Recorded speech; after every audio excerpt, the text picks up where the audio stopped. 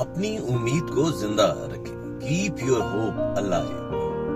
میری جان تیری نجات کے لیے بےتاب ہے، لیکن مجھے تیرے کلام پر اعتماد ہے. زبور 119 81 آیت.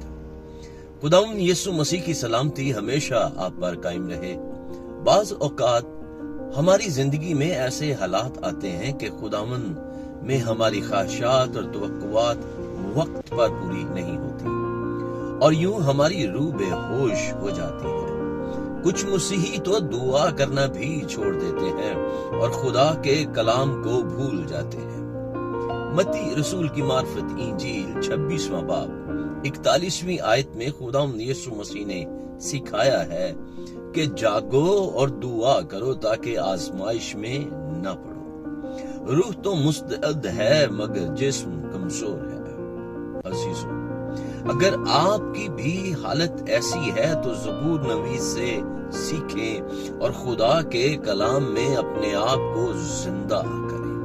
مقدس صحیفوں پر واپس جائیں اور ان پر غور کر کے اپنی امید کو زندہ رکھیں، خاص طور پر وہ حصص جو آپ کے چیلنجوں کو حل کرتے ہیں.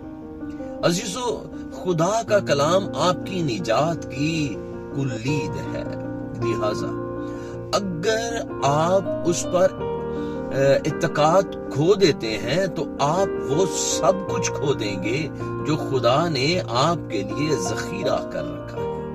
جب بھی آپ کی روح کمزور ہوتی ہے، زبان سے کلام کو بولنا شروع کریں اور تسلی کے لیے خدا کے کلام کے پاس جائیں. آپ کی بائبل کو آپ کے اتنا قریب ہونے دیں کہ آپ جہاں بھی جائیں اسے اپنے ساتھ لے جائیں. آپ خدا کے کلام سے کبھی امید نہ ہاریں. ہاللیلویا. یسوع مسیح ہماری امید گاہ ہے. آئیں اپنی امید کو زندہ رکھیں. عزیزو، اگر آپ ان پیغامات سے برکت پا رہے ہیں تو برائے مہربانی دوسروں کو بھی اس برکت کا حصہ بنائیں. زیادہ سے زیادہ اس ویڈیو کو شیئر کریں.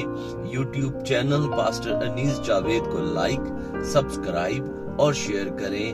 آپ اپنی رائے اور دعا یا درخواست بھی ضرور بھیجیں. شکریہ. God bless.